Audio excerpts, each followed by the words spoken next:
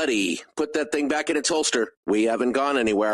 I don't understand. Check out the MichaelDukesShow.com for information on how to get access to the podcast. Welcome to the party, pal. The Michael Dukes Show. I have 2 guns, one for each of you. Firearms Friday. As Thomas Jefferson stated, it is the right and duty of the people to be at all times armed. Say hello to my little friend. I say that the Second Amendment is, in order of importance, the First Amendment. The right to keep and bear arms is the one right that allows rights to exist at all. The Michael Dukes Show. The right to keep and bear arms shall not be infringed. Firearms. From my cold, dead hands. Friday. This is my rifle, this is my gun, this is for fighting, this is for fun. Firearms Friday. Firearms Friday, your chance to sound off on issues of a two-way nature right here on the Michael Dukes Show, broadcasting live across the state of Alaska on this your favorite radio station and or FM translator, and live around the world on the internet at michaeldukeshow.com. Hello, my friends, and how are you doing today? You ready to jump into this and get down into it? Shall we get started? I think we should get started here and get things ready to rock and roll. We have got a good show lined up for you today. We're about to jump into it with Rob Pincus from the Personal Defense Network and ICE training. We're going to be talking about the situation in Minneapolis. We're going to get some details on that and, get some analysis on what happened and what we can learn from situations like that across the country and across the state. We're also going to be hitting some headlines in hour 2. Now, normally Willie Waffle joins us as well, but Willie is out again this week with some personal stuff, and he'll be joining us again next week. So we'll be looking forward to that, to be able to lighten up our Fridays here next week as well. Quick headlines from around the state, just to give you aware. If you're in the southern peninsula today, with all the ice and rain and snow that we've been having, the Kenai Peninsula Borough schools have decided to close the majority of schools on the Kenai Peninsula today. There's way too big a list for me to read, but if you have kids or grandkids that should be going to school today, you may want to check in on that, because it looks like they're going to be closing most of the schools today because of the wind, snow, and ice rain conditions that are going on around the state. So be aware of that.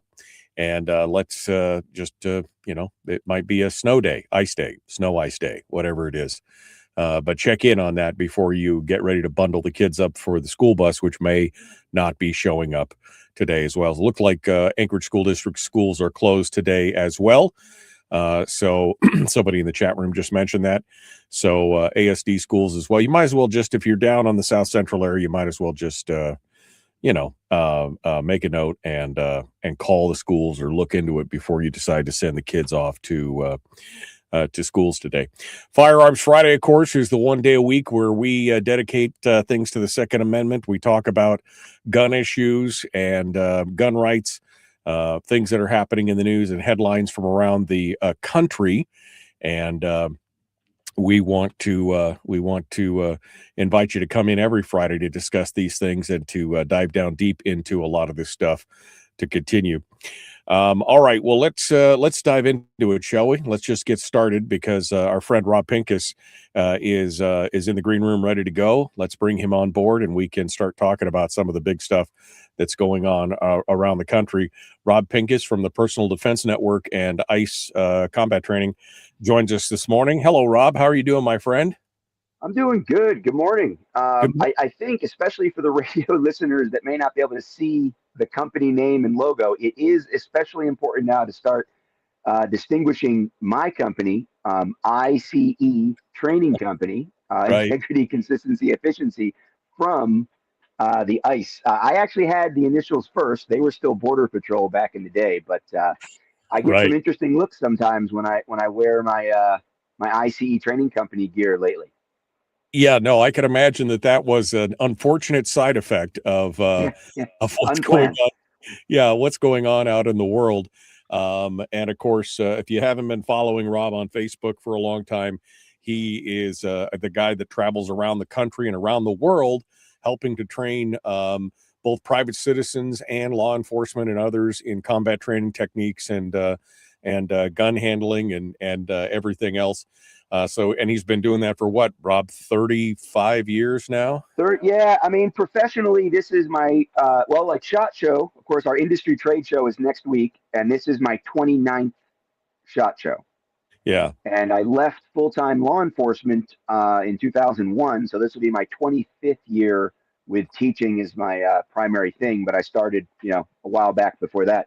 It's been an interesting few decades for sure. And I'll tell you right now, we've been thinking about Alaska. I heard in your intro there about the schools being closed. We've got a friend who's doing some teaching. She's doing a semester teaching in, I think it's Manitowoc, Manatak, something like that, way up in the on the western coast. But I've been seeing pictures of these harbors just devastated by the massive amount of snowfall around Juneau and down south.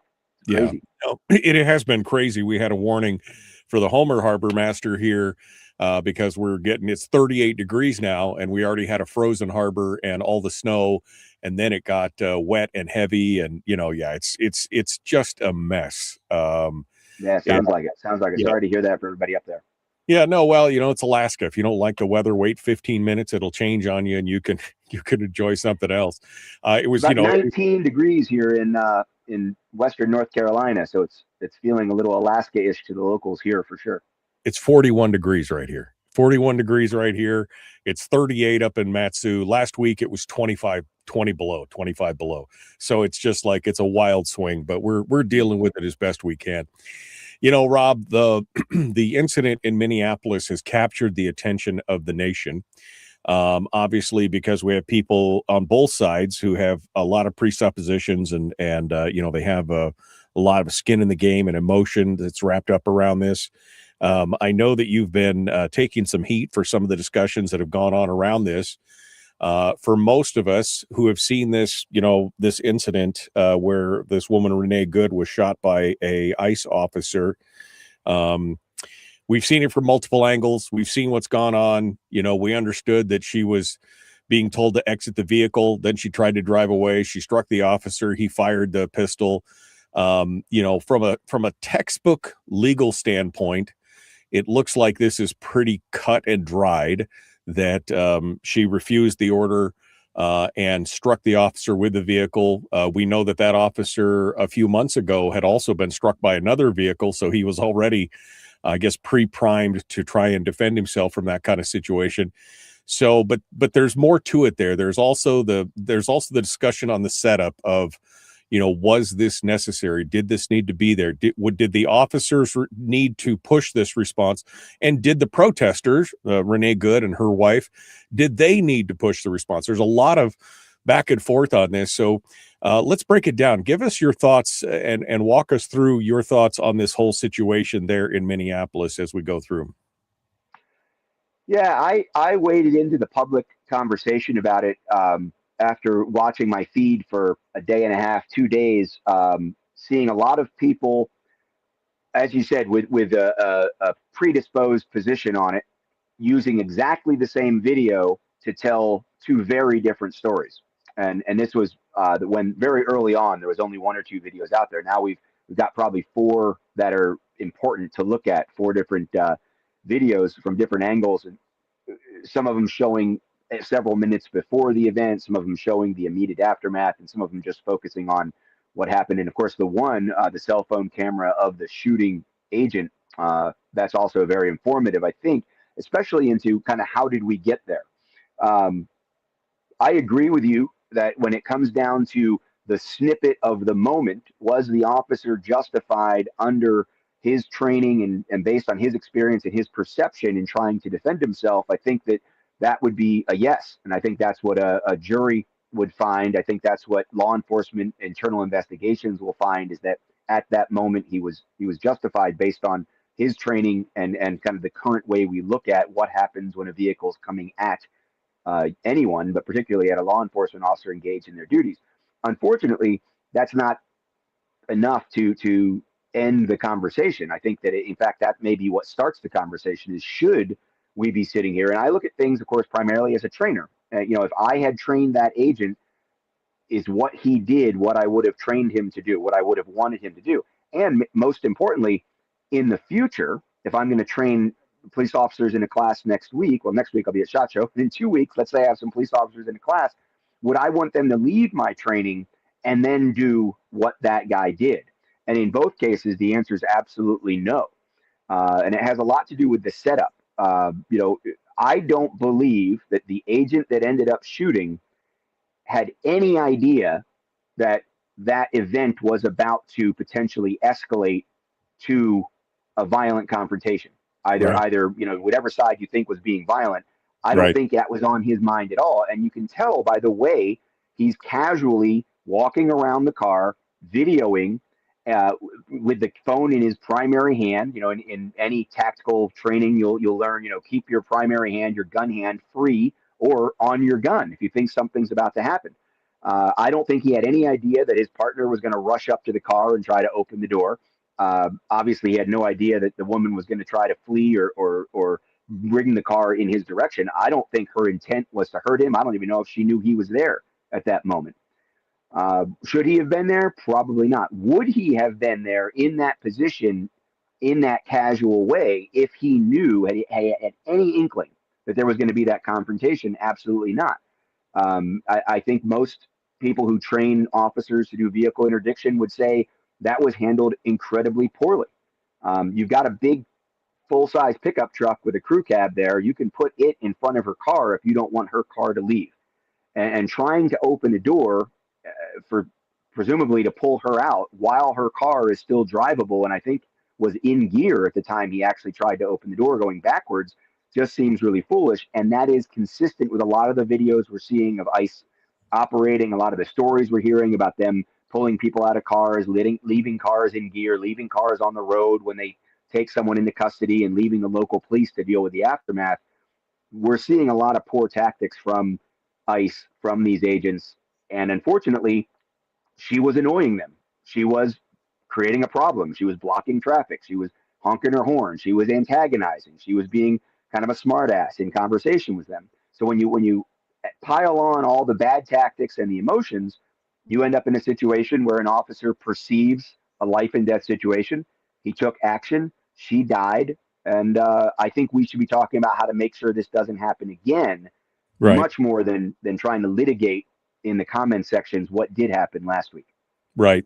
And I think that in this situation, my perspective on it is that there's plenty of blame to go around, both from the way that the ICE unit handled the situation to the antagonistic, actions of Good and her wife and the people around there. I'm all for being able to protest and have your say, but there's a difference between that and trying to interfere with lawful operations of what's going on. And putting yourself in these situations. And we'll get down into some of the details of that here in just a moment as we continue. Rob Pincus is our guest from ICE Combat Training and the Personal Defense Network. We're going to continue with him here in just a moment. Don't go anywhere.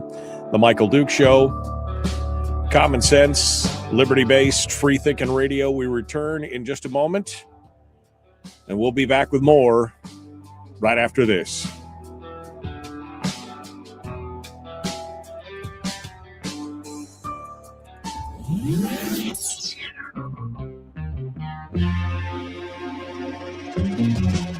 Running on 100% pure beard power. Oh, also some coffee. We dip our beard in coffee. Ha, nice beard. The Michael Duke Show.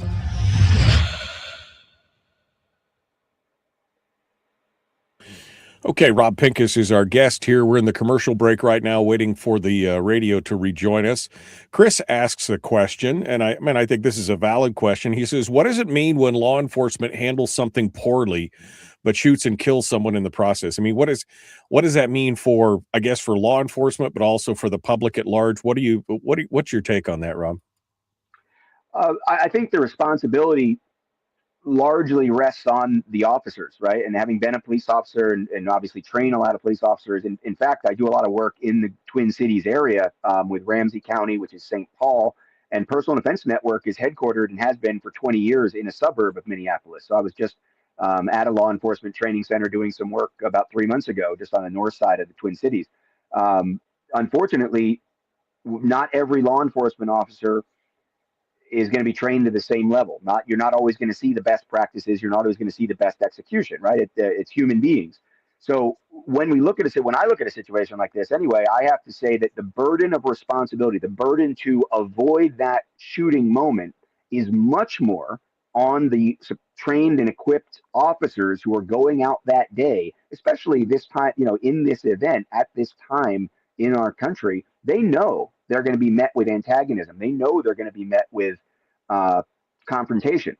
So de-escalating, not escalating, is absolutely on their shoulders. Now, that's not to justify or excuse or condone or support many of these interference and dangerous actions that protesters are taking. But it is to again side 100%. When you put the badge on, you drive around in the vehicle with the flashy lights, and obviously you've got the gun, maybe two guns if you're carrying a rifle and a pistol. The burden of control, the burden of responsibility rests more on your shoulders. So, what happens next? The best case scenario I think that happens next is that we learn from it. We as a people learn from it. All humans take, if you're on the side of the protesters, you learn what not to do. If you're on the side of law enforcement, you learn what not to do. You can look at these things and say, what was good, what was bad? There's almost nothing good in this whole situation. Right. There's a lot of bad. If I were going to say that there was a good, the good is that most of the agents there were not acting aggressively. They were trying to document who was there and, I guess, control the situation and again, try not to escalate it. One officer rushed up to the vehicle. That escalated everything. And again, he rushed up not using any what I would consider appropriate tactics for a vehicle interdiction or to control a suspect or a subject that is in a operable vehicle. That's just not how it's done. And that's probably the biggest mistake to point out to any other officer that might find themselves in a similar situation. What most people don't realize is that the law enforcement is trained heavily in de-escalation tactics. That's one of their primary uses that they do, that they train on this, and that should always be the first line of defense for an officer is a de-escalation technique. And as you said, most of them were walking around very calm. The officer that shot was just walking calmly in front of the vehicle, recording again, trying to document who was there. And that one officer did rush up, and that kind of triggered the whole situation. But BJ Campbell over at Hand Waving Freakoutery on Substack, he wrote a very interesting article talking about part of the problem may be a training problem because, again, of the surge. They tried to put 50,000 new agents into ICE, and did they all get trained? Did they all get the proper amount of training? And those are questions that are obviously going to come out. But that de-escalation technique should be one of the first things that they're taught in all those situations. Which I think I agree with you. I think that most of the officers around there were operating in that kind of casual area of we're not intimidating, we're just documenting. But that one situation kind of triggered the whole thing. Yeah, BJ's a great writer. He's a very insightful guy. Definitely someone you want to keep an eye on in the firearms community covering these topics. I think that I have not read that article. I'm aware of it. BJ does a good job of research and citation usually, and I'm not sure if he has in that story linked to any specific of the information that's been shared, but there is a lot of information out there about some agents being put out on the street, being sent to duty assignments with only online training. They have a system set up for experienced police officers wanting to join ICE. Unfortunately, some people have gone through the online only training with no law enforcement experience. Hold on a second. Let's get back to it. Let's jump into it. I want to get into this. Hold on.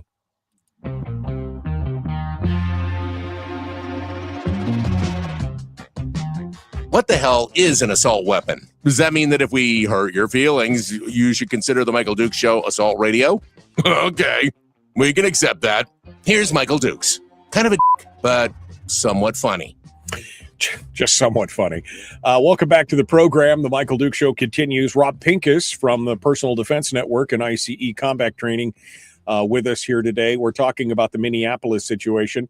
And during the break, we were just coming up with this discussion about how de-escalation is usually the first line of offense and defense for any police officer in those situations.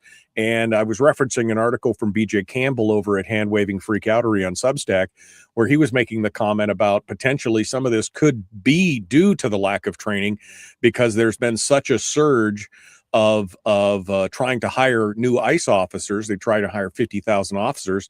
And his question was, you know, what did they get the full training and everything else? And Rob, you were talking about there's been some citations and some proof out there that maybe some of these officers were not receiving the full training situation. Walk us through that. Yeah, so there's a lot of stories out there being cited now by, there was one, I just watched a pretty in-depth interview with a reporter who has been very critical of ICE and the Trump administration, who sort of as a point of research started to go through the process of trying to get hired and see what's involved in getting hired by the Department of Homeland Security for ICE assignment as an agent. And she actually was made, not only was she offered a job with really no qualifications whatsoever, but when she went to the portal to look at her status, it actually said she had accepted an offer before she did and was assigned to a start date. And that happened earlier this year. She had gone through this process in the late summer and had been assigned a start date, a hire date of like in September, without even having accepted the offer. So now you start to wonder about the process, the inflated numbers, you know, all kinds of things that might be going on. There's another solid group of reporters out there who have documented that some officers were hired. They have a program, apparently, that experienced police officers can get hired by ICE and go through an online only training. So in other words, the idea is you have plenty of experience as a police officer. We're just going to teach you the rules, regulations, and sort of doctrine of ICE, and then send you directly to a duty assignment where you'll learn the details of, you know, the work on the job, presumably with a field training officer, which is very common in law enforcement. You go off to a police academy, then when you go to work at your agency, you learn the details of the work, you know, in that division, in that city, in that county, whatever it might be, from the guys who have experience there. But people were being sent through that online only training with no law enforcement experience whatsoever. So there's a lot of questions about the training, about the amount of training. There's one report I heard is that they've sort of arbitrarily chose 47 days of training for new recruits to make Trump feel good about, because he's, you know, president number 47. There's just a lot of weird stories going on about a potential lack of training. Now, in this case, we don't know about the officer who ran up to the truck, but we do know that the officer who shot is a very experienced officer. And one thing I want to maybe just clarify, you had said in the intro that he had been hit by another car a few months ago. As I understand that situation, he actually was reaching into a car, much like his partner did in this video, trying to grab someone who was in a vehicle. And when the vehicle pulled away, he either had his arm trapped in the vehicle or chose to hang on and continue to try to have influence on the situation. And that's when he received those injuries. I know that's been brought up a lot. There's a difference between reaching in and choosing to hold on TJ Hooker style and getting hit by a vehicle. But also, more importantly, I think that what we have to say here is if anyone is going to claim he was quicker on the draw or faster to shoot because he had that experience a few months ago, I think then we have to ask the question, was he ready to go back onto duty in that capacity if his judgment was going to be impaired because of the trauma of that previous incident? I think that's an important question if you're going to bring that up as a factor. But as I understand it, that situation was significantly different. Yeah, no, and that you're right. That was actually what I had read, and what I saw was that he had been dragged by a vehicle, whether his arm was trapped or he chose to. But again, he'd had an interaction with the vehicle. Now, again, from a legal standpoint, it seems like he's in the clear. I mean, the Minnesota actually has a specific law that if anybody is using a vehicle in that manner, that's a use of deadly force, and responsive deadly force is authorized under that law. So I think it's pretty clear there. So we have a lot of questions about, again, the training, the tactics, what's going on with ICE, but as I said, there's also plenty of blame to go around on both sides. If you watch the extended videos, you see Renee's wife outside the car. She's being belligerent. She's almost threatening some of the officers, come at me, bro, and all this other kind of stuff. This from that side of the equation, we've got people who have been, and of course, Renee Good had been part of a group that was ICE Watch, and she'd had training for this interdiction and to be out there and to stop their so there's things to learn from both sides of this. I mean, I am all for being able to have your say and free speech and being able to protest, but there's a difference between protesting and impeding law enforcement. There's then obstructing the job of people who are legal, lawful representatives of the public safety community. And so, again, there's plenty of blame on that side as well. Yeah, I put a lot of responsibility, on the person that wears the badge, on the person that takes on that role, that goes to work. That is the job, is putting up with a lot of that. If someone's throwing a chunk of ice at ICE agents, in this case, ironically, if someone's shooting off fireworks at police officers of any kind, if somebody's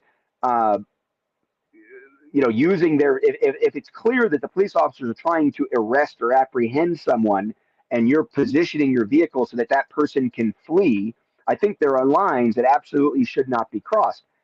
I don't know if honking your horn, blowing a whistle, yelling confrontational, annoying things at the officers is beyond the pale. Do I think, do I do it? No. Do I think it's the best use of time, effort, and energy to address the problems and the complaints that people have? Some of those complaints I think are absolutely justified. But I don't think it's the best way to go about it. I also think the responsibility is on the agents and the local police. I think the local police are doing the best job they can. The Minneapolis chief of police is a guy who's made maybe more sense than almost anybody else I've heard, in the way he's trying to explain to the public, like, look, protests are okay, but here's the lines you can't cross, and here's where you will be arrested, and they have been making arrests. I think that we have to recognize that law enforcement knows these people are out there. Law enforcement knows every single day, especially the ICE guys today, they know they're going to have to deal with this, and the impetus is on them to tone it down, to control it, to make it less confrontational so that they can do their job. One thing that would go a long way would simply be to actually get warrants. They're making complaints. Tom Holman, the border czar, was explaining within the last couple of days. One of the problems in these sanctuary cities is that the federal agents can't get access to the local jails, the city or county jails, to go in and deal with people who are committing crimes, who are also here illegally. They could just take them into custody very safely and calmly while they're in the jail and prison system.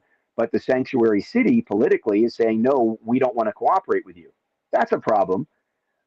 But then if you know that person's there and you would go arrest them, you also could go get a warrant and then have a warranted apprehension of that person, and not just show up and try to grab them out of a vehicle at a traffic light in a way that is obviously increasing the tension and turning the heat up on the whole situation. So my sympathy is with the burden the law enforcement officers have, not with the idea that they should just be left alone to do whatever they want. Right. No, and I agree with that. Now, in this situation, she was obviously using her vehicle to block the road and prevent them from moving on and impeding them, which I think obviously goes beyond the pale of just a simple protest. And that's what led to that confrontation.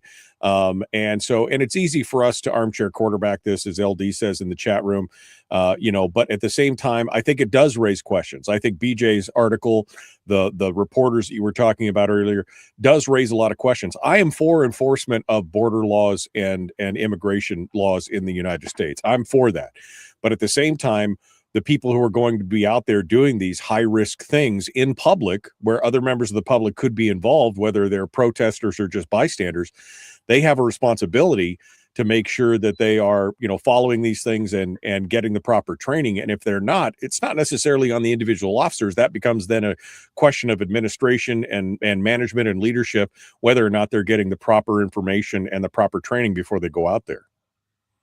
Absolutely. I do think it's important to say, it may seem easy to Monday morning quarterback these things, but when you're doing it with a professional goal of making training better and making everyone safer, it's the job. It's easy to show up in the comments and make an uninformed opinion or a loosely formed opinion and kind of be in the same general ballpark of Monday morning quarterbacking, but really the hot wash, the debrief, the looking for mistakes, looking for improvement is what professionals do in all of the armed professions. And really, I think in any profession where you take your performance evaluation seriously, you look for mistakes and you look for opportunities to learn from them and be better next week. That is the job of curriculum development, of best practices development. And I would say that it's not as easy as maybe a lot of people think when they're only doing it, as a form of entertainment and sport, in social media.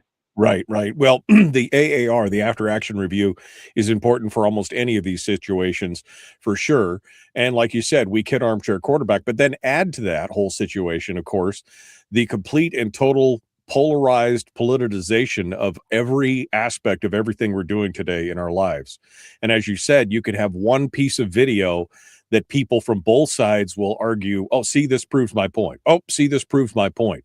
And it really has gotten out of the realm of calm, cool, rational discussion into, monkey poo flinging at this point. Really, it really comes and it doesn't help that you've got people on the left saying, they're out there wanting to murder U.S. citizens. I would say I'm 99.999% sure there's no ICE agent that wakes up in the morning and says, today I'm looking forward to murdering a U.S. citizen. At the same time, you've got Kristi Noem. Again, I put the responsibility, much greater responsibility, on people holding official positions in the chain of command with the law enforcement responsibilities than I do the average person who wants to make sure that their perception of appropriate civil rights due process is being followed in this, out on the streets. When Kristi Noem doubles and triples down on a narrative of they were trying to push a car out of the snow and this woman attacked them, that's just not real either. And it's very difficult. I can imagine if you're one of these people who's inclined to protest, it's very difficult to see a blatant lie being tripled down on by an administration leader of these guys in the street and just calmly take it as, well, we're a little polarized right now, and I'm not going to have to say anything. I understand why people are frustrated, and better leadership would help for sure. Yeah, absolutely. So as we look at this and we see this situation, of course, across the country playing out time and time and time again. And as you said, the sanctuary city situation exacerbates that and everything else. And you've taken a lot of heat for your position on this. I've seen some of the Facebook posts and everything else. Is one of the reasons why I reached out to you, because I wanted you to get a chance to, kind of talk about that because you are being analytical, because you come from that industry, and because you have the experience that you have. You've got a little bit of a different perspective than a lot of us armchair warriors out here who are just kind of looking at it from the outside. What are your thoughts on people who are ostensibly on your side, who are going hog on you, saying, well, they shouldn't have, is there a way to come back from that? Is there a way to try and explain to these people who are so emotionally invested, even on the right, that we need to still analyze these situations rationally and find the good and the bad on both sides? Yeah, absolutely. I mean, I think the conversation we're having, I had a conversation with Craig DeLuz on 2A News on his channel, probably Monday. I think we did that Monday or Tuesday. There's a lot of people that are willing to have a real discussion. And again, I only put so much stock into the flyby commenter. I'm not seeing, and remember, those of us who are in the training industry, we don't just post on social media and occasionally show up in each other's comments. We talk, text strings, phone conversations, stuff that a lot of people don't see.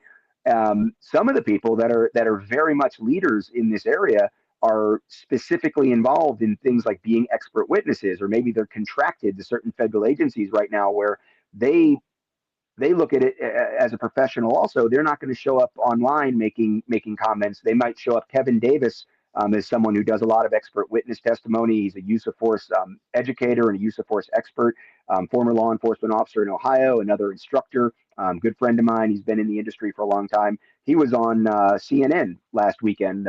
He was on with Smirkanish, I think, on Sunday, and did a great job of breaking it down. So there are a lot of professionals talking about this. There are a lot of amateurs talking about this. There's a lot of very interested people talking about it. I don't begrudge someone disagreeing with me. What I want to do is make sure that people are thinking about it as objectively as possible, taking the reality of the subjective nature of how you feel about what ICE is doing into account. You can still look at this situation objectively and maybe understand that there are people who are interested in more than the political issues. We're really interested in making sure that the next police officers do it the best way they possibly can when confronted with that. To a lesser extent, there are also people out there who are, let's say, professionally involved in how to best be a protester. They're making sure that people in their community aren't putting themselves in unnecessary danger, aren't actually interfering with legitimate law enforcement operations, and they're trying to make sure that things aren't escalated to the point that we saw. So, applaud them. I would applaud all the officers that are out there trying to do the job professionally. Obviously, that doesn't mean that we're always going to get it right from a training standpoint or from an operating standpoint, and that's what we have to be willing to question. And I appreciate the opportunity to talk about some of these issues with you and your audience as well.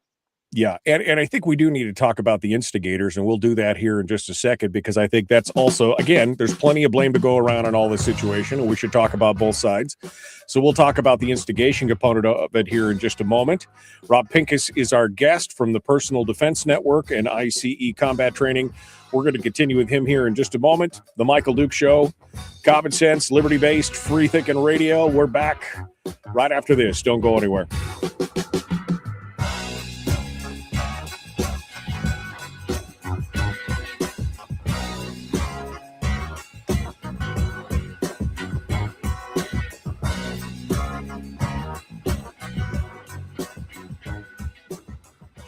We're broadcasting live through a series of tubes. Well, it's kind of hard to explain. Sorry. Streaming live every weekday morning on Facebook Live and MichaelDukesShow.com. Okay, we're in the break right now. Rob Pincus is our guest. Rob, Donna says, please tell Rob Donna Anthony with USCCA Expo says hi. She says that you guys have worked conferences together. Donna, of course, one of our good friends here to the program. CM, I think, needs some clarification, Rob, because this is not what I heard, but this is what he heard. He said, if I'm hearing this correctly, is he saying ICE was wrong for doing their job and the illegal immigrant who is here in our country needs due process, even though ICE has a judge's signature to pick up these folks? That's not what I heard, but I'll let you clarify. No, I would say, I'm not, that is due process. If they have a warrant with a judge's signature, that absolutely is due process.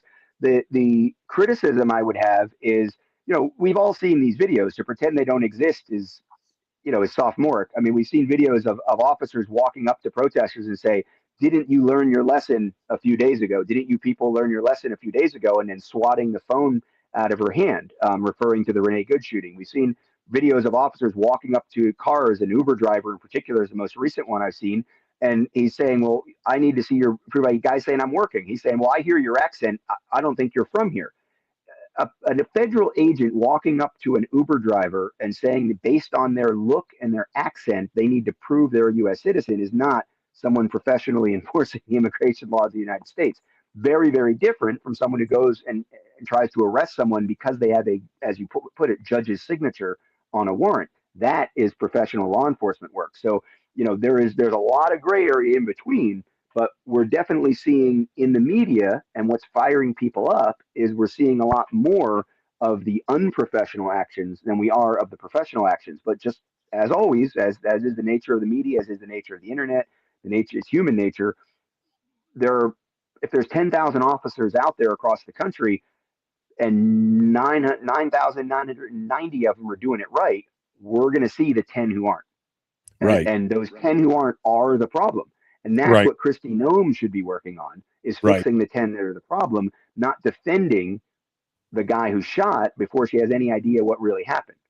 Right. And that's the whole point of, I think, BJ's article was talking about, that there are plenty of good people, but are the people who are there, especially a lot of the new ones, are they getting the proper amount of training so that they're not caught on camera swatting people's cell phones down, or they're not caught on camera calling out an Uber driver for his accent or his swarthiness or whatever it is. So, I mean, I agree with that. And like I said, I'm not hearing you say that I shouldn't be doing their job, but we should all. And this has been my argument for years about police officers, is that they, the number one thing that they should be doing outside of the actual law enforcement itself is they should be policing their own, because you always hear, oh, there's only a few bad apples.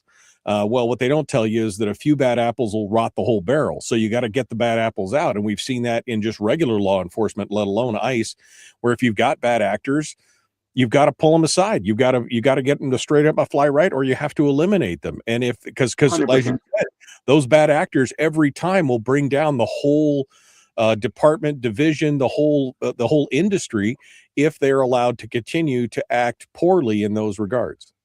And that's probably where I catch the most flack. And this from, we've talked about the problems at the NRA. We've talked about problems with the Trump administration. We've talked about problems inside the gun community. Now we're talking about problems inside of law enforcement. This is where I catch the most flack, is trying to take care of my own house. People are, well, why don't you criticize the protesters? Well, the protesters aren't my people.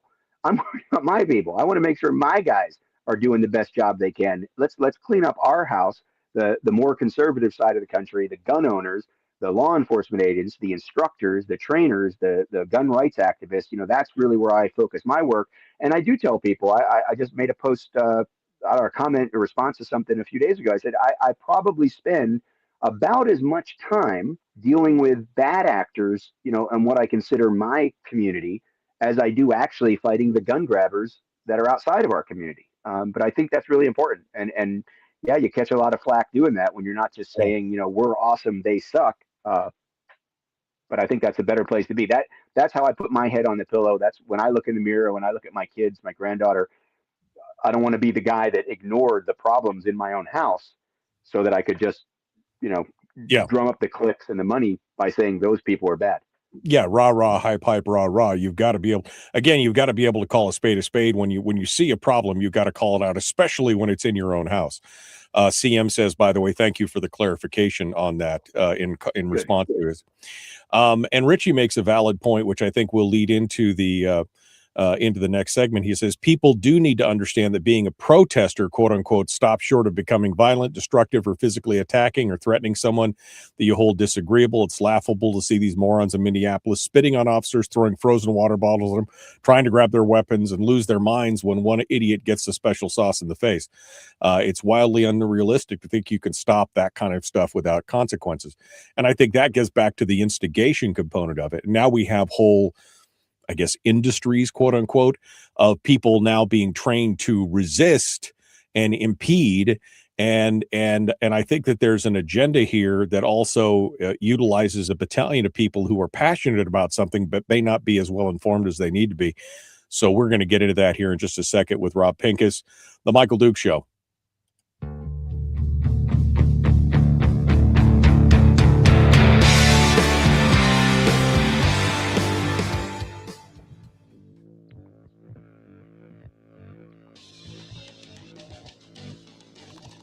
What the hell's an assault weapon? What isn't? If I assault you with a penguin, doesn't that make it an assault weapon? Does this mean that if we hurt your feelings, you'd consider the Michael Dukes Show assault radio? Okay, we can live with that. Here's Michael Dukes. Yeah, those assault penguins. Oof, man, they're tough. And the trunk monkeys. Were they the ones that were getting tariffed back in the spring?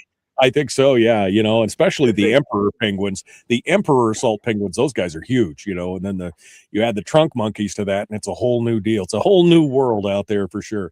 Rob Pincus is our guest. We've been talking about the situation in Minneapolis, and we've kind of covered all the ICE component of it and the law enforcement side of it. But we do need to mention, of course, that there's an instigation side on this. We know from investigative reporting that Renee Good had been working with a group called ICE Watch, where they were being trained to take physical action against ICE interdictions and everything else. And one of the things that I'm seeing from the outside looking in, and this is my take on it, and you could tell me if you think I'm wrong or not, that there are these organizations like Ice Watch and others who are kind of weaponizing people's passions and fears in these situations, where they're teaching them and training them to get involved and to obstruct and to be to be unpleasant, I guess, to say, in a lot of these situations, and to push up to the line on what is legal and what is not. And they're kind of weaponizing the passion of these people in a way to kind of try and push their own agenda, is my opinion. I think there's a lot of leadership and I think there's a lot of push on that side of the equation to mobilize and weaponize a lot of these people who are just passionate about something or upset or fearful, and not really giving them the tools to deal with this in a proper way, instead of just, I guess, giving a hand grenade to a 12-year-old. You know what I mean? That's kind of how it feels like sometimes. And so I think that part of this instigation techniques need to stop as well. Well, I think the question you posed there, just at the end, the idea of giving the hand grenade to the 12-year-old, we don't want that, right? We don't. That's not it. Where you were a few minutes ago when you first were talking about it, to me, when you talk about teaching people how to do this correctly, let's say, from their perspective, teaching where people can go up to a line where they're not going to escalate something to the point of violence, or presumably even to the point where they would be doing anything illegal and getting arrested or getting even confronted directly. That's a piece of responsibility. So, imagine for a second there's this left-leaning radio show somewhere in the world right now with a picture of me and the other guys that run the gun makers match, talking about how we're, take all the verbiage that you just used to describe what we do when we teach people how to privately make firearms up to the point of not violating the law. We tell you can't make a machine gun. You can't make a gun that you're going to sell. Here's how you do it. 3D printer, buy this kit. Here's the tools you need. Come to the Met. See, here's how to use it. We're weaponizing people's interests or passion, or maybe their fear that they don't want to have a registered gun, so they want to make their own, whatever it might be. So you can demonize and characterize this, I think, very negatively, or I would prefer to look at it as a bunch of people are upset. They're going to do something. They want to do something. Isn't it better if they're doing it responsibly? Isn't it better to have a group, an organization, whatever, saying, again, like the Minneapolis police chief was saying, here's what you can do. Here's what is protest. Here's what is the First Amendment. Here is what is your right to public assembly. Here's this other stuff that you shouldn't be doing. Here's the stuff that's reckless. Here's the stuff that's illegal. Here's the stuff that's dangerous. Don't do that. So I'm all for organization. I'm all for, quote unquote, training or education in how to do what it is you're going to do right. Because, people have reminded me, maybe as a wannabe gotcha, Rob, you put out personal defense videos. You've been doing this for a long time. You always say, in the heat of the moment, even if you think you're being unfairly targeted or there's a misunderstanding, if the police are telling you to do something, just do it. You can deal with it later. Write a complaint to the chief, deal with it in court. What you can't do is escalate the situation and get shot, because you can't take that back. So kind of comply with law officers. Rob, you've always said that. Yeah, I still say that.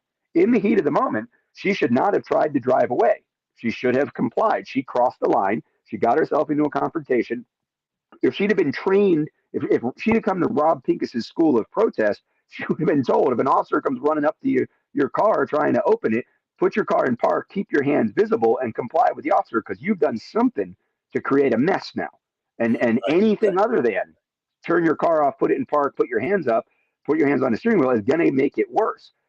The problem is, once you step into, and I was doing this during COVID, right? The Reopen Colorado. I've done gun rights protests. I've been a protester in things that I care about. So when you step into the protest world, you leave the safest course of action behind. You're playing a game of balancing risk and benefit. So some education, some understanding of what law enforcement's lines are, what the tipping point is, what you can get away with, or what you can do legally, what you can do responsibly is important. Everything's a balance of risk and benefits. That's what freedom is. So right. The freedom to assemble, the freedom to protest, the freedom to speak up brings danger. It brings risk. Managing that risk responsibly is incredibly important, and somebody should be educating the people that want to protest and how to do that. When we were doing Reopen Colorado, I was talking to a lot of people about that. It's not important to bring a gun to the let's reopen businesses and let's not have these silly mask mandates. Carrying a gun around in a place where you're not even supposed to be carrying a gun legally at the Capitol in Denver, it doesn't make any sense. You're just escalating a situation. You're creating a conflict between a gun rights protest and a threat to the police and the movement to reopen Colorado. And sure enough, one of the guys that was there with one of the rights organizations got arrested for openly carrying a firearm and caused a big kerfuffle that distracted from what we were actually trying to accomplish. Right. So I think that someone educating people on how to protest responsibly is great. If they're bringing pallets of bricks presumably to the rally location and hoping somebody's going to get fired up and grab a brick and throw it at a cop, then they need to be arrested. Shame on them. That's a whole different thing. And that's what I'm worried about is some of these organizations going too far. We're down to the last 3 minutes or here. So Rob, I wanted to give a chance. What's Rob doing these days? What's next on the PDN tour? You got SHOT Show. Give us a quick rundown of everything you got going on. SHOT Show next week, Avidity Arms. We're still producing our 100% American-made, uniquely designed gun here in Western North Carolina. We might be coming out with another model or two over the course of the year. We've got some exciting things happening there, but right now we've got our PD-10, single stack 9mm defensive-oriented carry gun from Avidity Arms. People can learn about that at avidityarms.com. As you mentioned, Personal Defense Network Training Tour will kick off, as it always does, in March and run for about 6 or 7 months. We'll be getting together at SHOT Show next week with some of the instructors and some of our other sponsors. We'll be hanging out with the G-Code booth for people that are at SHOT Show on Thursday next week at 1 p.m. Certainly we'll be interacting. I'll be at I think on Wednesday, I'll be at the Canic booth hanging out with those guys at Century Arms as well. So a lot of appointments next week. Getting ready for the tour. I'll be teaching out of the country a little bit. I'll be teaching over in Hawaii a little bit before the tour starts, and then I'll be all over the country with the rest of our guys. People can learn more about the tour and take advantage of almost 2,000 pieces of content now. We're going into our 21st year at Personal Defense Network. You can learn about that at personaldefensenetwork.com. About 40% of that content is in front of the paywall. It's free, so just if you're curious about any of this stuff, hit the search engine and put it in there, and you'll find articles and video. And it's not just me. We've got about 40 instructors that have contributed to Personal Defense Network information. A lot of great stuff out there, and I hope people are taking advantage of it. It's great stuff. And of course, also the Makers Match, which when is the Makers Match going to be this year? Gunmakers Match will be in May. We're going to actually announce that during SHOT Show next week, the exact date and location, so people can keep an eye on gunmakersmatch.com or follow us on social media. And Guns for Everyone is the organization that sanctions that out of Colorado, so you can follow Guns for Everyone or Guns for Everyone National as well to learn about and register for the 2026 6th annual Gunmakers Match. I can't wait to hear more about it. Of course, we could spend a whole hour talking about the latest out of New York with the 3D printing and everything else. We're going to get into that later in hour two, but we'll bring back Rob for that sometime in the future. Rob, thank you so much for taking the time to come out this morning. I know it was short notice. I appreciate you being flexible with us, and we look forward to talking to you again soon, my friend. Hope you have a happy New Year. Yes, sir. Thanks a lot. Enjoy that warm weather. Yeah, we're going to. Warmer than North Carolina for sure. Folks, we got more coming up. Hour two dead ahead. The Michael Duke Show, Common Sense Radio. All right. Rob Pincus was our guest here on the Michael Duke Show. Some good stuff there, some good info. And Rob was taking a bit of a beating from some folks talking about this, and I wanted to give a chance to, get his perspective on this. Because I agree. I think we have to look at this analytically. We can't just be, immediately knee-jerk reaction. Protesters bad, police good, or the other way around: police evil, protesters good. And I think he did a good job of kind of straddling that line here and bringing you both back again, watching this video or the series of videos. There's dozens of videos out there, but there's really 3 or 4 of them that kind of show the core of the issue. And to me, it's pretty clear that in the end, this officer will be vindicated as saying that this was a legitimate shooting and a legitimate use of deadly force. But at the same time, as Rob said, there were chances there to de-escalate, and there were chances there to make a difference on that. And whether that comes down to training or just policy changes or whatever, I think we need to get out of this kind of hair on fire situation that we're seeing right now. This, where everybody's just immediately, immediately my side is great, your side is bad kind of thing. As he said, there's plenty of opportunities to see where this could have been handled differently and should have been handled differently in that regard as well. Anyway, it's a great thing. Lisa said this is a good show. It's still going on. It's not over yet. Don't lose it. Brian says good conversation. And I agree. I think it was a great conversation with Rob, and always love having him on as well. Anthony has a bit of a counterpoint here. He says ICE is an agency that has literally been targeted for multiple actual terrorist attack. If these crazies are surrounding and driving into and blocking operations and violently protesting, the only way escalation doesn't boil over into a nationwide shooting match is to start throwing the book at these bad faith actors. Felonies for everyone, like Oprah showed up. You get a felony, you get a felony.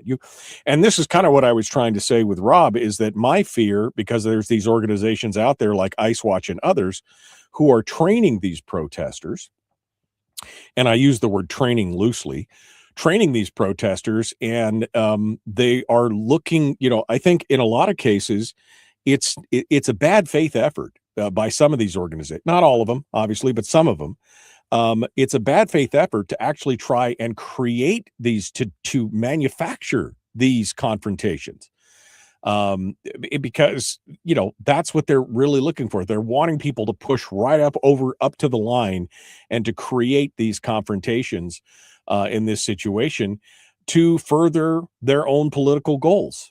For these people, it's not about protecting America or protecting protests or protecting anything else. It's about manufacturing these incidents to where it does boil over. And I think that is part of the problem, that there's some bad acting going on in that regard as well. And it's very frustrating to me, because you're seeing people who are passionate about a lot of these issues on the opposite side. And they're looking for a way to have some esprit de corps, to be able to channel that passion. And then organizations like ICE Watch, et cetera, then teach them or train them in a way that doesn't really, for them, it's not really about being the legal, lawful protesters. It's about manufacturing the opportunity for an incident or for outrage. And that is, here we go. Stochastic martyrdom is the encouragement of activist tactics that will predictably get activists hurt or killed when applied at scale, coupled with false assurances of personal safety for the people employing them. From the Kitten Substack. And that's exactly what I'm talking about, is that it's the encouraging tactics that will predictably lead to these kind of incidents. That's my fear. That's my fear of what's going on right now, that these people are so passionate and so emotionally invested in it that they don't see the warning signs that these tactics can lead to, incidents where somebody gets hurt or killed. And that the organizations themselves that are pushing these ideals don't really care if one or two people get hurt or killed, as long as their political agenda is satisfied. And that's what worries me. That's what because if you're truly wanting to teach people to protest right up to the line and not going over, that's one thing. But I think in a lot of ways, what we're seeing, especially if you look at the verbiage and some of the things that are being said within these organizations, they're looking for that. They're looking to create and instigate that incident where it makes the national news. That's the thing. And that's what worries me. So it's frustrating for sure. And some people have had intimated, as Kim just mentioned, that their goal is to keep the eyes off all the Somali fraud that's infected the state. I'm sure Tim Waltz, et cetera, they breathed a sigh of relief when this kind of thing happened, because it took all the heat, or a big chunk of the heat off the investigation into the corruption and things that are going on out there. They were waiting for that next thing in the news cycle to drop, and it gave them an opportunity to stand up and beat their chest and everything else. So politics, man, politics. No, I do not think all these people are paid actors. Lisa just asked, you think all these people are paid actors? No, I don't think they are. Not the protesters like Good, etc. I think there's definitely some paid actors in the leadership of organizations like Ice Watch and others like that. But I think those people who are on the street are there because they believe and they're passionate. And unfortunately, I think they're being manipulated and used in a lot of that situation. All right, we got to go. The Michael Dukes Show. Common sense, liberty-based, free thinking radio. Here we go. Hour 2 is dead ahead.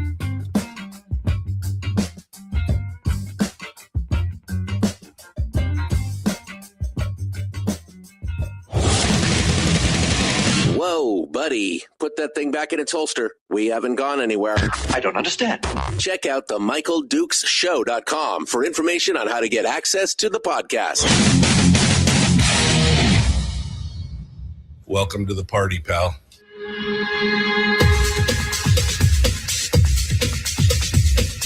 The Michael Dukes Show. The greed and the entitlement is astounding to me.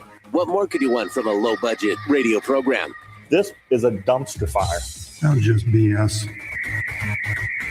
It is time to get a new perspective. We know just what you need, and we've got just the cure. Open wide and prepare for a steaming hot cup of freedom. I just don't fathom it. The Michael Dukes Show, streaming live across the world. Live around the world on the internet at MichaelDukesShow.com and across the state of Alaska on this, your favorite radio station and or FM translator. Good morning, my friends. Welcome back to the program. It is Firearms Friday. We just finished up with Rob Pincus from the Personal Defense Network, Avidity Arms, ICE combat training, and more. We were talking about the Minneapolis situation, which I'm going to rehash a little bit of here in the first segment of the show, specifically the instigation part of it. I want to talk just a bit about that as well. But before we get into that, of course, winter weather advisories continue around the state.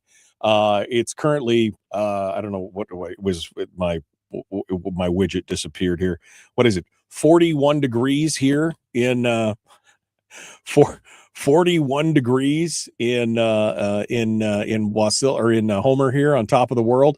32 degrees in Anchorage. 30 degrees in Soldotna. 38 degrees in Wasilla. And now we've got news from around the state. The Kenai Peninsula Borough School District have closed all their schools today, and as well as the Anchorage School District. And now somebody in the chat room just said that the Matsu has also closed all their schools today because there is, rain and snow and ice.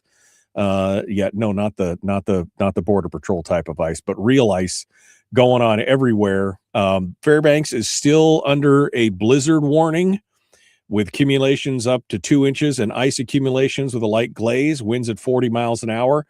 That's all throughout the Chattanooga, Goldstream, Nenana Hills, Two Rivers, Upper Chena River, and more. And that's until 9 p.m. tonight as well on that.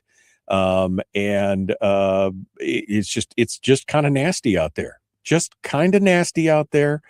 And you may want to kind of buckle up. But kids are staying home today for almost the entire South Central area. Matsu, Anchorage School District, Kenai Peninsula School District. Everybody's homeschooled today.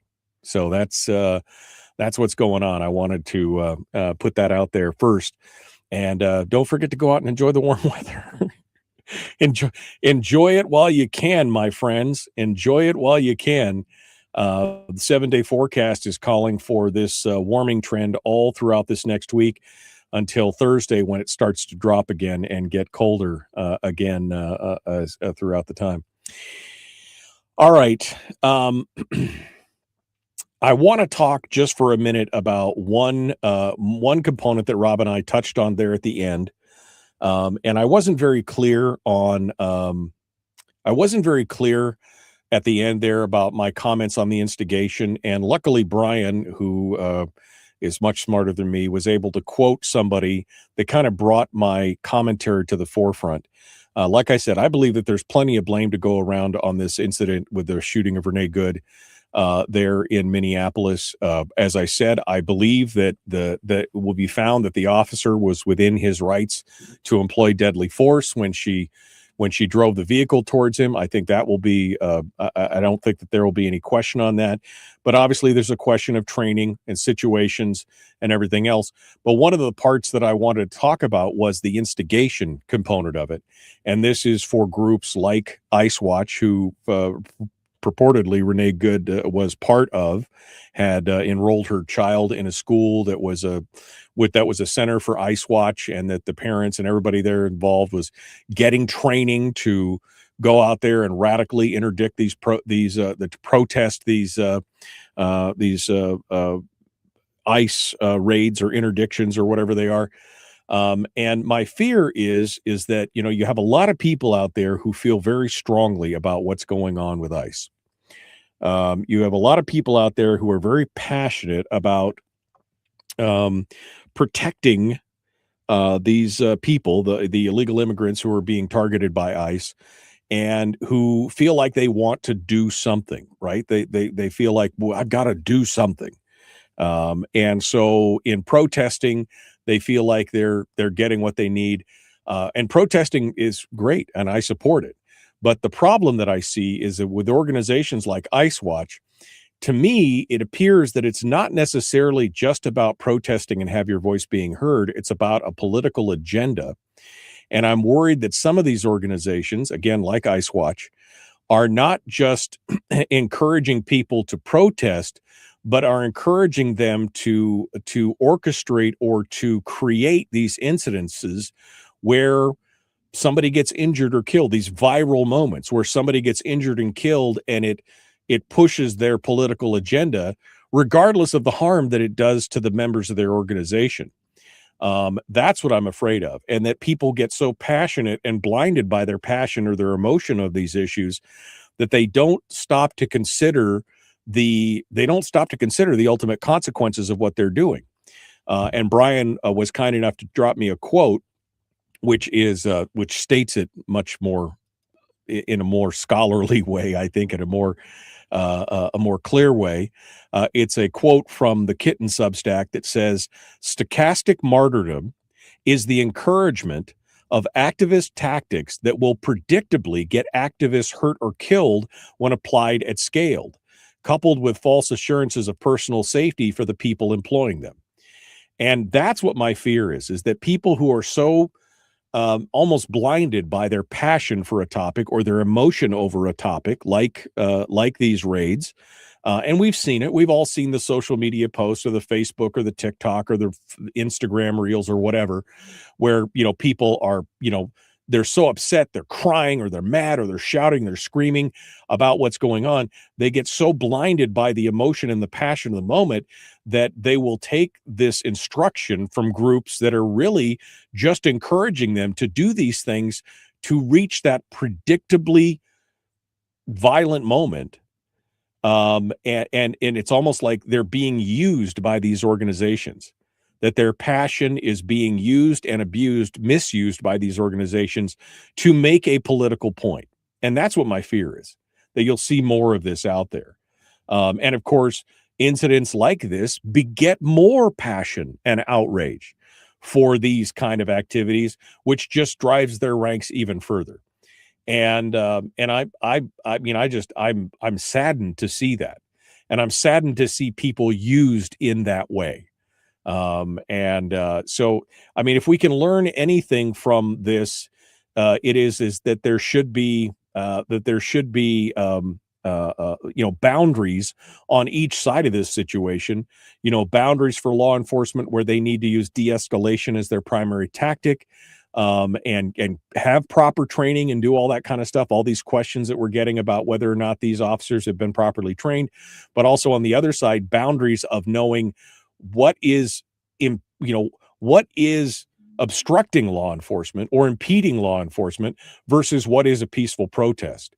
And obviously, she crossed the line in this. She used her vehicle to block the movement of these officers. She then moved her vehicle and drove her vehicle towards an officer. So, I mean, again, plenty of blame to go around and all these things, but I think the losers in all this is all of us at this point, because the political point has been made by these organizations, and in using people like Renee Good and this incident, they will further their own political agenda, which is the bigger problem here. And that, I think, is the thing that is, to me, super scary and needs to be looked at. I want to know more about these organizations. As Rob said, if you're just teaching people to protest and how to protest lawfully, that's one thing. But if you show up at a protest to help support the protesters, and you also drop off a pallet of bricks there as well, you're looking for something completely different. And I think that's a real problem for sure.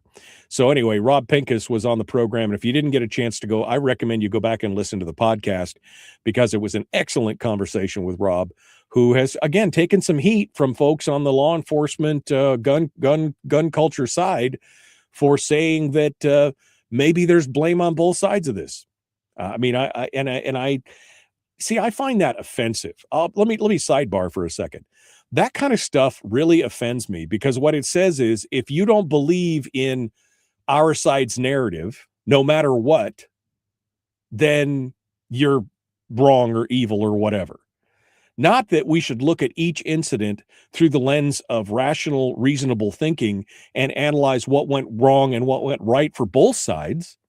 But because you don't agree that on our team's narrative, you're wrong, right? It's the same thing we've seen in the whole Charlie Kirk thing. If you've been following this post-Charlie Kirk thing on Israel and everything else, you've been seeing some crazy stuff go on. But again, in the days before he died, Charlie Kirk was critical of some of the things that were happening in Israel, and had been distancing TPUSA from some of the Israel stuff. And because he had been critical of some of the policies, people were throwing around the idea that somehow he was anti-Semitic, right? And it's the same thing like what Rob is just doing. If you throw around the idea that maybe there was some responsibility on the ICE side of things to de-escalate it more, or to have proper training, or set this up differently, all of a sudden you're anti-ICE, you're anti-immigration, you're anti-Trump, you're anti any of those things. And that's just ridiculous.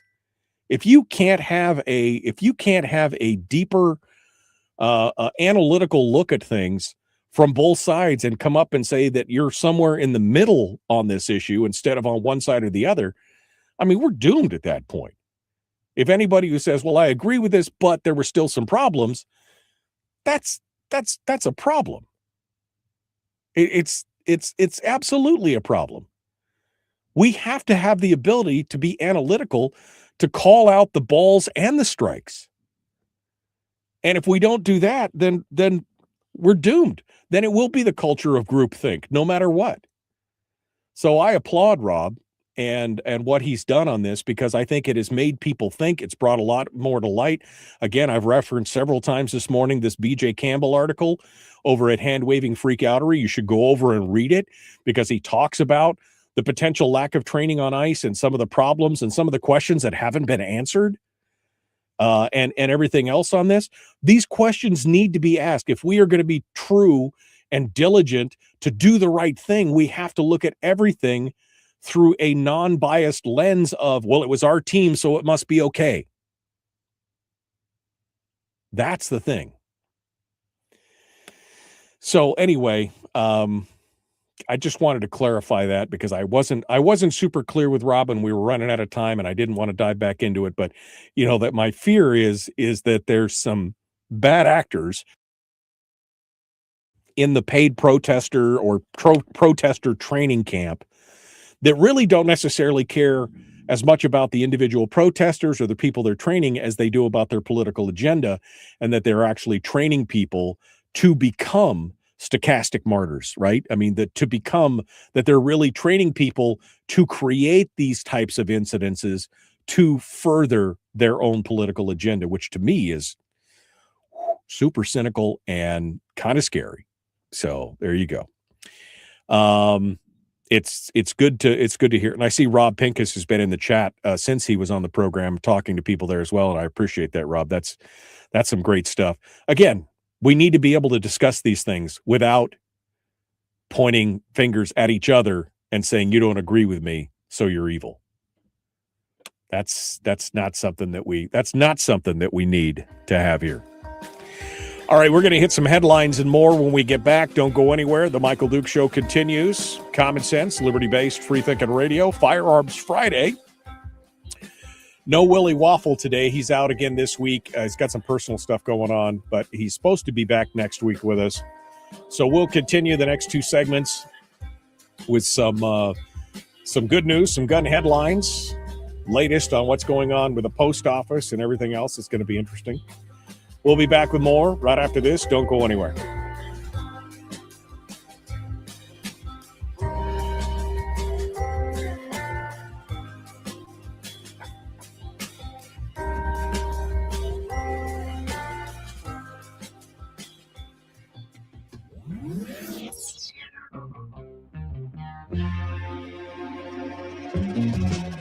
Running on 100% pure beard power. Oh, also some coffee. We dip our beard in coffee. Ha, nice beard. The Michael Duke Show.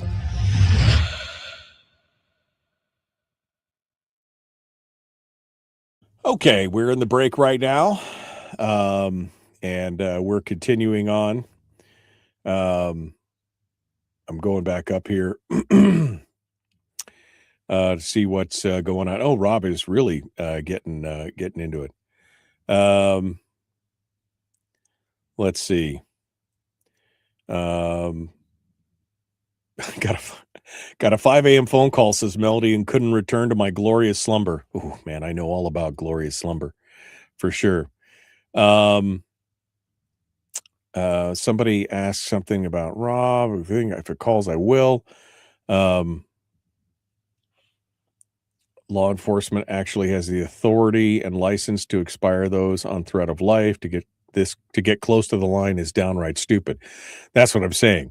It seems like these organizations are training their people to push that line right to the edge in the hopes, this is my cynical view, in the hopes that some incident occurs to further their agenda. That's my problem. Let's see. Trump defender syndrome, says Rob. I agree, it's getting out of hand. Somebody said something about TDS, that this is TDS. And I would agree with that. Look, Trump has been doing some things lately that really make me scratch my head. Like, really make me scratch my head. And again, if you call it out, you're immediately, of course, accused of TDS or something else, instead of having that analytical moment of, well, you may be right. What's going on with that? Yeah. Richie says it's easier for these gutless cowards behind the scenes to send these emotionally vulnerable people off to slaughter and walk away with no culpability. That's the thing.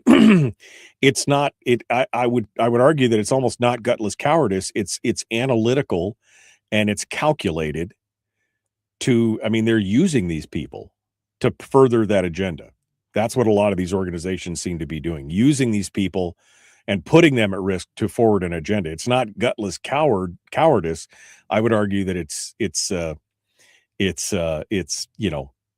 analytical and it's tactical, which is always, it's crazy. Rob says, thanks for having me on to give me a chance to clarify during the show. He says lessons should be learned in regard to trying to not make yourself a target. I agree. That, you don't walk into a group of people with an AR-15 strapped to your back and expect that you're not going to create a challenge. This is in regards to like Second Amendment protests and things like that. But again, you got to be aware that you when you step into a situation like this where you're going to physically impede law enforcement, it could create a situation that's dangerous. That's the thing. All right. There's always the instigators. Brian says probably some are paid actors. Paying them all isn't necessary, totally unnecessary. Yeah. Rob is responding to somebody here, and I can't see who he's responding to. He says that's a naive and inaccurate position. But he goes on to say, it's vital that we examine evidence objectively. Quite often, the people directly involved in dynamic events don't form accurate memories and are in the worst position to try and explain and evaluate. Right. We have to be analytical. We have to have accurate thought. We can't, we can't just immediately knee-jerk it on that as well.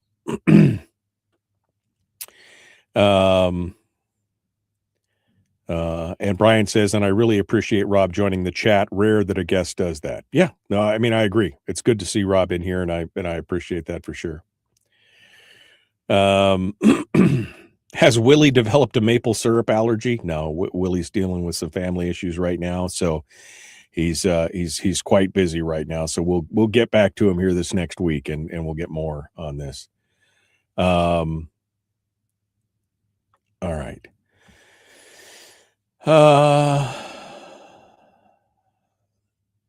You can buy a can of Pillsbury biscuits. Harold, you can buy a can of Pillsbury biscuits, follow the directions, and call it a day. I mean, I like them Grand biscuits, flaky and buttery. I use those all the time. I mean, I could make my own, but I like those. I like the Pillsbury ones. But I do make a wicked sausage gravy. I'll tell you that for nothing. I make a wicked sausage gravy. All right. We're continuing here. Let's get back into it. The Michael Dukes Show, common sense, liberty-based, free-thinking radio. Whoops. Like, share, subscribe, ring the bell. Let's do it.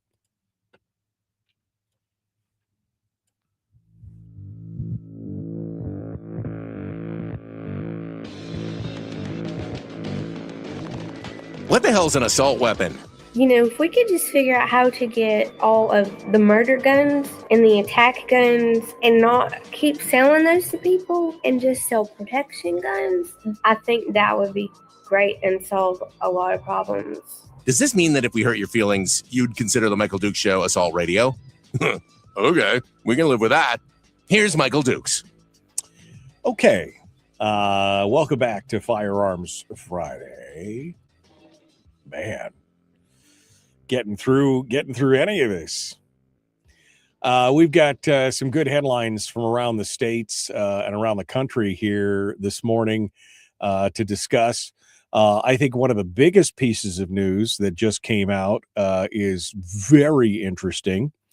And this is from yesterday. The Department of Justice's Office of Legal Counsel, the OLC, issued a groundbreaking memorandum opinion concluding that U.S. Title 18, 17, 15, which is a century-old federal statute, it was started in 1927, that prohibited the mailing of concealable firearms, is unconstitutional as applied to constitutionally protected arms like handguns. Now, for years, you've been able to mail rifles or shotguns or anything else through the mail, but if you had a pistol, you couldn't send it through the mail. And for years, what happened was that people would then ship them via UPS or FedEx, and then FedEx said that they couldn't do it. Oh, by the way, all the meanwhile, if you were an FFL, well, then you could use the mail. You were a special person. You could use the mail, but not the average citizen. And this really comes back again to our favorite case, our favorite set of precedent, which is the Brune decision, New York State Rifle and Pistol Association v. Brune, which extended the Second Amendment protections to the shipment of firearms via the U.S. Postal Service. John Crump over at Ammo Land writes about this. He says that the OLC opinion argues that this restriction violates the Second Amendment. Handguns, the opinion notes, are, quote, among the core arms protected by the amendment, unquote, as affirmed in the Heller, McDonald, and under the Bruins decision framework, which requires gun regulations to be consistent with the nation's historical tradition of firearms regulation. The government bears the burden of justifying modern restrictions with historical analogs. Now, the opinion from the OLC finds that the statute lacks on multiple fronts. First, it burdens the core Second Amendment right to keep and bear arms for lawful purposes, including self-defense, hunting, and target shooting. And then it also listed some practical scenarios to illustrate the burden. For example, a traveler flying through restrictive jurisdictions like New York, or driving with interruptions that void interstate transportation protections, or using buses that refuse firearms as baggage, often leave mailing as the only viable option for transporting a handgun. Yet the private carriers band and 1715, the statute, would foreclose this, basically stifling lawful travel with arms. Secondly, the law, as it was written in 1927, impedes incidental rights necessary to exercise the Second Amendment. Those incidental rights, such as acquiring a firearm, or maintaining them, or utilizing and getting ammunition for them, etc. Most critically, the opinion from the Department of Justice Office of Legal Counsel deems that 1715's, the statute, 1715's purpose is illegitimate. It aims to suppress traffic in concealable firearms, particularly handguns, which Congress in 1927 viewed as non-protected and primarily a criminal tool, which the Heller, McDonald, and Brune decisions have all alleviated. Those are all protected firearms. And it's good news. Now, and I thought the most interesting part of this was that the opinion distinguishes rifles and shotguns, which are currently mailable under the UPS rule or USPS rules, from handguns, noting that the latter is disfavored under USPS rule. It also clarifies limits. The ruling does not extend to non-protected items like privately manufactured firearms, required mailing ammunition due to hazardous historical analogs, which, that's part of it, or mandate government parcel service altogether. But since the Postal Service operates one and allows handgun mailing for FFLs, it cannot discriminatorily ban private citizens. I thought that was excellent because, again, you can't create a two-tier rights situation, which is essentially what they were saying there. Now, what does this mean? Well, 1715 was passed by Congress, right? So this is a law that's on the books, even if it's unconstitutional. What the OLC is basically saying here is that they are going to decline to enforce unconstitutional statutes. So it still may be, under the letter of the law, be illegal, but they've declared it to be unconstitutional, and they're basically saying that they are not going to enforce it. Now, this could completely reshape the landscape on firearms commerce and traveling, because you could mail the gun to yourself.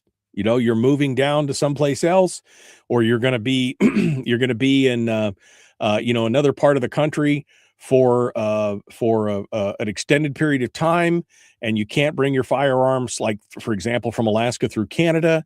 You don't have to go through an FFL and transfer it back to yourself in those regards. It aligns with all the post-Bruen trends that expand the scope of the Second Amendment, which is going to probably influence other transportation restrictions. What's going to be interesting to see, though, is what effect this has on companies like FedEx, UPS, DHL, etc., who up until this point have prohibited non-FFLs from shipping firearms. They're not covered under this. They're private entities. They can do what they want. But because now the government is going to refuse to enforce and prosecute these laws, will that give them an incentive to then open handguns back up to those shipping methods for private citizens? I mean, if they'll do it for an FFL, why not do it for private citizens? It's a good question, but this is a win. This is a Trump DOJ win at this point.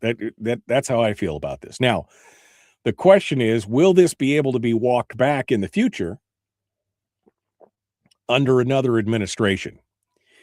Well, maybe, but they're going to have a hard time because, again, they do a lot of the citation, and they reference Brune exclusively in this, talking about the historical model of prohibition and why this is wrong. I think they would have a hard time walking this back under a subsequent administration if they decide that they want to take this back in it. But again, it's up to Congress to void that law and to remove it from the books. Now, whether that will happen or not, I don't know. Maybe. But that's the big piece of good news today. They've declared the federal ban on mailing handguns unconstitutional.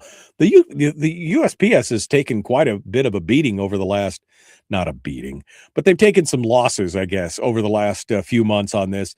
There was this, and then, of course, there was the decision in the Fifth Circuit Court in Texas where they decided that the possession of a firearm on USPS property can't be infringed, that basically they can't mandate that you can't have a concealed carry or a firearm in a post office because that's unconstitutional. So this is going to fly right into the face of that, especially because even if they had deemed that this was good, but the USPS still said you couldn't have a gun inside of a facility, how do you mail it when you can't bring it in? Right? That's the big question. Oh man, it's interesting to watch. And it's finally this is a piece of good news for gun owners out there as well. It's we'll see what goes on from that. What's the other big story that I wanted to get to? And I've covered that. Let's see what else. We talked a little bit. Oh, we should talk about what's going on in New York. Because New York, man, that place. I mean, not only do you have the warm, comfortable embrace of socialism going on over there with Mandami, you've got Alvin Bragg, who is the Manhattan District Attorney, who is going whole hog against free, not just your Second Amendment rights, but also First Amendment rights.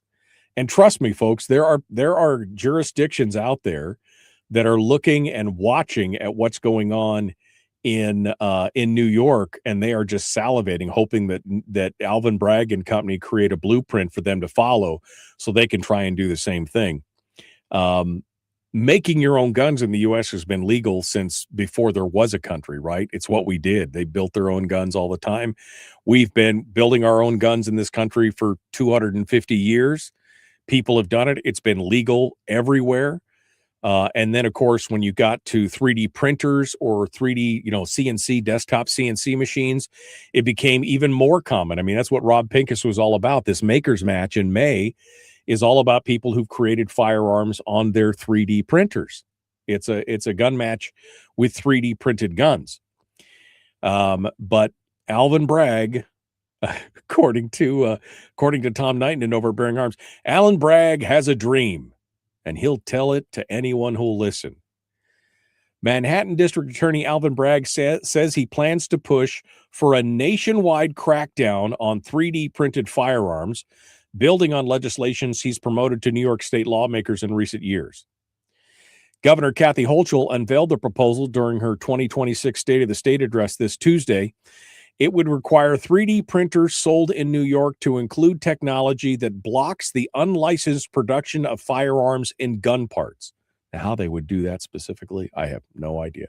It would also make it a crime to possess, sell, or distribute digital blueprints for printing illegal guns. Now, this argument has already been fought. This is the whole Cody Wilson defense distributed, having the 3D plans for any of this argument, this battle has already been fought. And how they think they can get this over there, because this is an issue of free speech. This is not an issue of just a Second Amendment thing.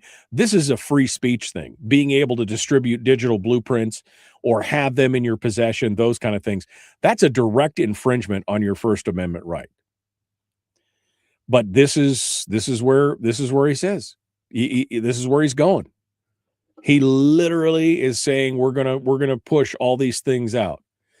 The actionable strategies that Hochul is talking about that are coming from people like Bragg are as follows. Again, bumping up against both the Second Amendment and the First Amendment. Making it a crime for a person to sell, distribute, or possess digital instructions to manufacture or produce a 3D printed firearm or component without a license. Requiring 3D manufacturers to establish new safety standards that require the creation of technology that will block the production of firearms and firearms components. Requiring gun manufacturers to design pistols so they cannot be modifiable. How in the world, how would that even be possible? I mean, how do you create something that cannot be modified? I mean, even iPhones, which are the most enclosed ecosystem on the planet, can be jailbroken if you're willing to void your warranty and pay the price and do whatever. Even iPhones can be jailbroken and modified. How in the world are you going to take a mechanical device and say that it can't be modified? That's insane. And then require police departments to report any and all recoveries of 3D printed firearms to the New York State Police Criminal Gun Clearinghouse database. They're already doing that. So, I mean, I don't know how that, and again, how any of those things would stop criminals is never mentioned, never brought up. I mean, because again, criminals, by their very definition, break the law anyway. They don't care about your laws. All you're doing here is making it harder for honest, average law-abiding citizens to comply with a law and do everything else that about. But again, this is not just about the Second Amendment. It's also meant to suppress information and knowledge and speech about these items. That's which, again, we've already fought in several states with the whole defense distributed thing. I mean, they're setting themselves up for, I guess, another lawsuit. But again, what do they care? The taxpayers are defending their position. They've got deep pockets. They don't care about that. It's crazy. But this Alvin Bragg is this guy. Ooh, between him and Letitia James, two people that should just stay in New York and not be able to leave their apartments. You guys just stay, just do there. Oh man, it's a ugly, ugly thing. All right, we are coming up on the break, and we are going to continue here in just a moment. The Michael Duke Show, common sense, liberty-based, free-thinking radio. Am I going to open the phone lines for Fred? We didn't hear from him last week. All right, we'll open up the phone lines in the next segment. How about that? We'll do open line, open forum in the final segment. Plus, I got some other headlines here we can dive into as well. But we'll open up the lines, open up the phone number, and we'll do that. Number to call, 319-527-3864 if you want to call in. Let's get to it. The Michael Duke Show, common sense, liberty-based, free-thinking radio.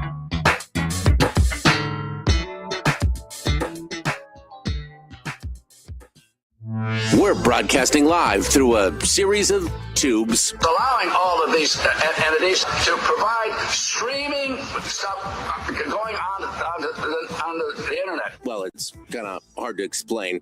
Sorry. Streaming live every weekday morning on Facebook Live and MichaelDukesShow.com. Okay, we are in the break right now. Let me turn the phone lines on here. The phone lines always mess up my volume on the recording. So let me launch it. I'll be quiet for a minute here.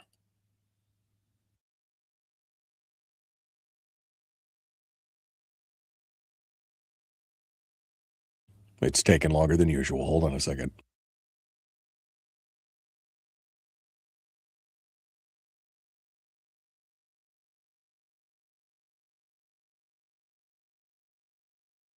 Thanks so much for calling the Michael Duke Show. Hold on one second while we connect you to the show. You are the only participant in the conference. Okay. That should be it. Phone line should be open. As soon as I flick this other Click this other part here. Here we go. Boom. All participants are muted. Okay, so phone lines are now open, and we are ready to go here. Let me go back to the chat room to see what kind of commentary you guys have been doing here. Great show today. Great guests, says Skeets. Great show today, says CM. Let's see. It's not like Frank says it's not like the USPS is in the business of making money. Yeah, I know, right? Right. Alvin is as big as all of New Jersey. He is a big guy. He is a big guy. I mean, I'm a big guy, but he's a big guy. Frank says they can make any law they want. Someone will have to challenge, litigate it. Yeah, I mean, that's always the problem, right? The government makes the law, whether it's constitutional or not, and then it forces the private citizens to have to pay on both sides of the aisle, both on the citizens who are funding the government's side of it and the private citizens who fight against it. Everybody has to pay. The only people that win are the lawyers on those things. It's crazy. I use a hammer to modify many things. Could I then be subject to a law infraction? I don't know. That's a good question. That's a great question. I'm not sure. Looks like Fred has joined us here. Let's test Fred's audio before we get to the show and find out that he can't hear us or we can't hear him. Good morning, Fred. Are you there? Hello, Michael. How do you hear me? All right? I hear you. I hear you just fine, my friend. I'm going to put you on hold. I guess they finally figured out the circuitry to get it the right way now. Good. I guess so. All right. Well, hold the line, Fred. We'll be right back to you here. You'll be first up in the queue when we get back on the other side. It's been a while since we got a chance to talk to Fred. Terry says, living on the East Coast causes people to lose any modicum of common sense they may have had. I mean, there's still some great people out there on the East Coast, but boy, every time I think of the East Coast, all I can hear is Sir Alec Guinness's comment of "It's the most wretched hive of scum and villainy." That's all I can think of. That flows through my brain every time I think about the East Coast, Washington D.C., New York State, all that kind of stuff. The most wretched hive of scum and villainy. Anyway, that's just there's plenty of good people out there, but This is the thing. Fred is on the East Coast. Yeah, case in point, Fred is on the East Coast. So he still has some common sense. Although out there especially, it's amazing they call it common. It's so rare, right? Miguel asked, didn't a Mondami staffer just get detained by ICE for being in our country illegally? I don't know. I'm not paying attention to that. Maybe, possibly. I mean, Mondami, that guy, I mean, he's a salesman. He's a charlatan. It's interesting to watch.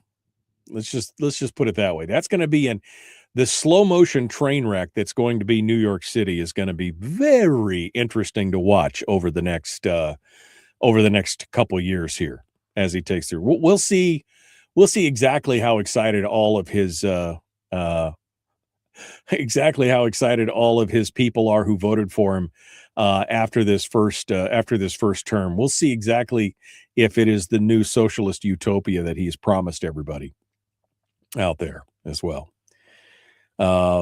Renee says she's in Pennsylvania. She says she's also in the good people's camp. See, I told you there's good people out there. They're just fewer and farther between, I think, than out there. Oh, AMAC meeting tomorrow, 11 a.m. to p.m. It's a 12-hour meeting. Come out to those. There's going to be a surprise speaker from what I'm hearing. Okay. All right. Well, there you go. 11 to 1. 11 a.m. to 1 p.m. All right. We'll go from there. Okay. I got some other stories to talk about, including what's going on over in Australia. And I guess that's the other thing. Why gun influencers, anti-gun influence shouldn't be taken seriously. That's another one we're going to talk about. All right. Let's get to it. Here we go. The Michael Duke Show, common sense, liberty-based, free thinking radio. Like, subscribe, ring the bell, do everything you need to do. Let's get to it. And here we, man, it's like 5 seconds. What's up with that?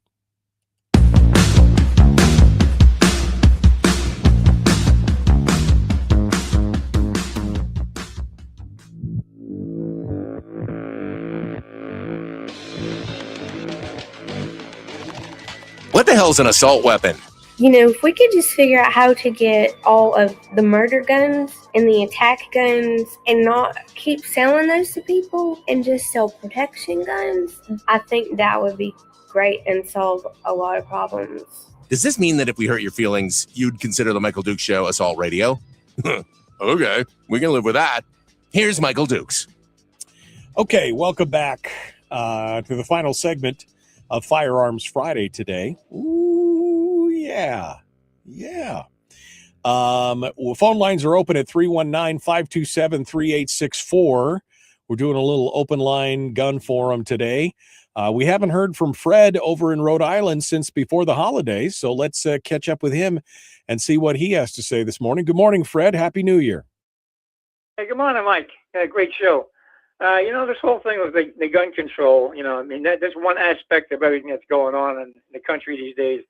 But it has a big part. And being in Rhode Island where all of a sudden gun control becomes a major issue, it's kind of like the lemmings going over the cliff with the tune of, socialism and communism influences that they're trying to put in play here and elsewhere in the Northeast and the East Coast, as you mentioned. It's crazy what's going on because it doesn't work. I mean, we obviously see from firsthand, and it's one thing to sit there and watch it happen around the country, but it's one thing when it hits you in your own backyard, as what we've seen the last couple of years over here in Rhode Island between the magazine ban and the assault weapon ban and a whole bunch of other crazy bills that they put through, red flag and a few other things that they put in play. It kind of stands out. It's overly obvious that the game they're playing has nothing to do with, curbing crime and preventing things from happening. As you can see that what happened recently over at Brown University, the shooting over there. And that's one thing that they were totally afraid of, that somebody was going to get an assault weapon and go into a primary school or an elementary school or a high school and shoot the place up. That was their primary goal. Right. And they sit there and they pass all these crazy laws. And guess what happens 7 months later? A university classroom got shot up by some nut job. So, it sits there, it's a comedy. It's comedy and a tragedy all at the same time taking place. Right. On isn't it surprising, Fred, when you look at this and you realize that gun control is really not about guns, it's about control? I mean, this is not it's not affecting criminals. Gun control does not affect criminals. In the main, it affects law-abiding, honest citizens. Those are the ones who are affected. Criminals, they don't care about the law. It doesn't matter. Well, it should be obvious to anybody with half a brain in their head, but regardless of what political party you happen to associate with, that it's all part of the same crazy game, whether it be people attacking ICE and, the woman that got shot, the nut job woman that got shot out there in Minnesota, and a few other, these crazy things that are going on. It all boils down to like a very common denominator as to who's controlling what and why. And that needs to be, I think, to finally getting on the ball, I think, from the administration point of view, as to Trump says he's going to start investigating, the financial part of this, who's providing the financing and where it's coming from and who's providing it and why, and it's finally going to turn that rock over and see the slime crawling around underneath that. And it's long overdue. It really is long overdue. But I think you're going to find gun control in there along with a whole lot of other things. Like you say, it's not gun control, it's control. It's control, right. We have to fight there. We have to really pull that apart and analyze it. Now, in Rhode Island, your guys' new bans and everything have gone into effect since the first of the year.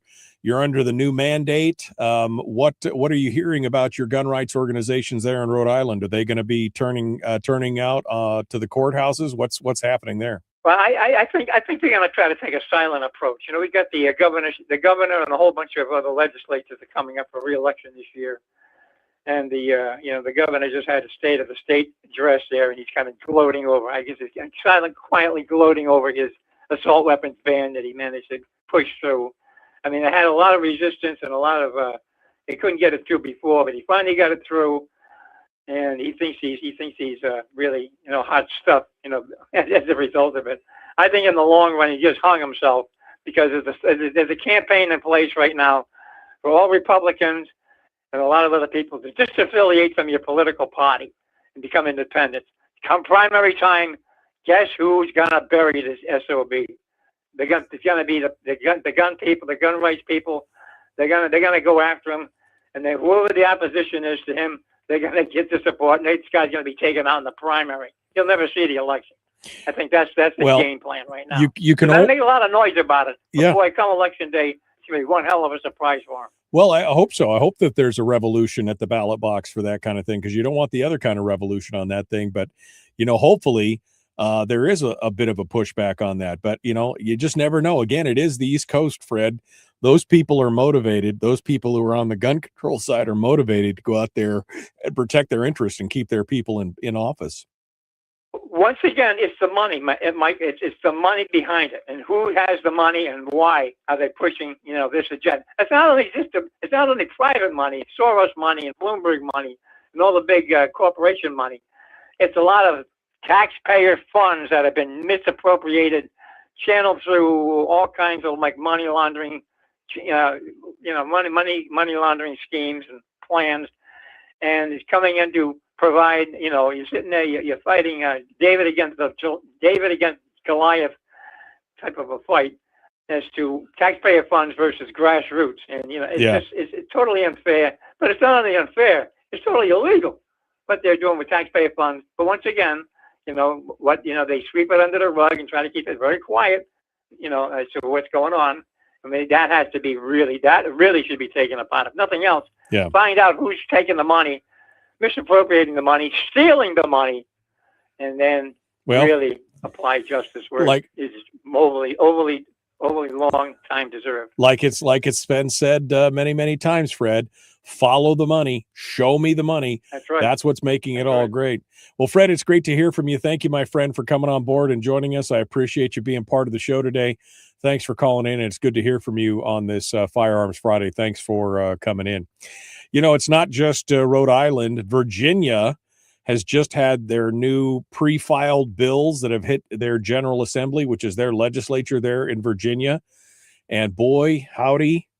Now they've got a brand new bill that's going to ban semi-automatic firearms, including many rifles, pistols, and shotguns. It places a magazine limit as well, capacity limit. It attempts to redefine and ban firearms that are in common use, which is going to be a challenge for them. They've also created a brand new $500 tax on the retail sale of suppressors. The federal government dropped their tax on it, but now Virginia is going to pay $500, and all it is a cash grab. They've also created new sweeping standards for what they call, quote-unquote, responsible conduct for members of the firearms industry, including manufacturers, distributors, and retailers. It requires those businesses to establish and implement vague and subjective reasonable control over the manufacture, sale, distribution, use, and marketing of firearms-related material. They've also expanded the existing prohibited person restrictions to affect individuals who live in the same household as someone who's prohibited. Talk about infringing. I mean, this is just half of what they got going on out there. Like you said, the East Coast, kind of a crazy place. Folks, we're out of time for today. We'll see you on Monday. Be kind, love one another, live well. Have a great weekend. The Michael Duke Show.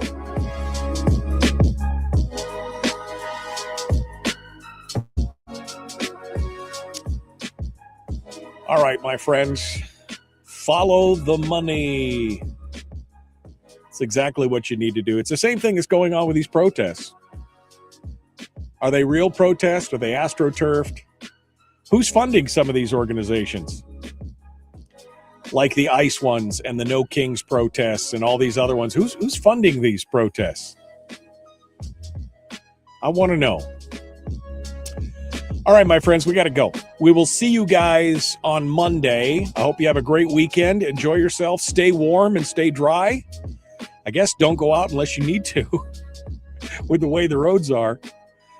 We will see you guys next week. Have a good weekend.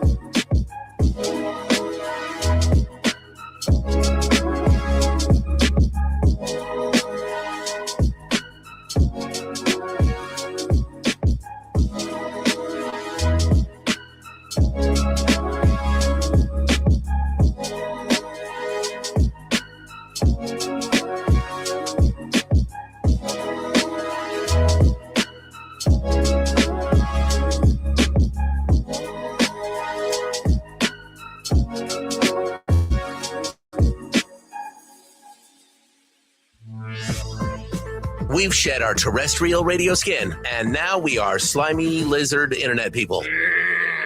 It's the Michael Dukes Show. Goodbye.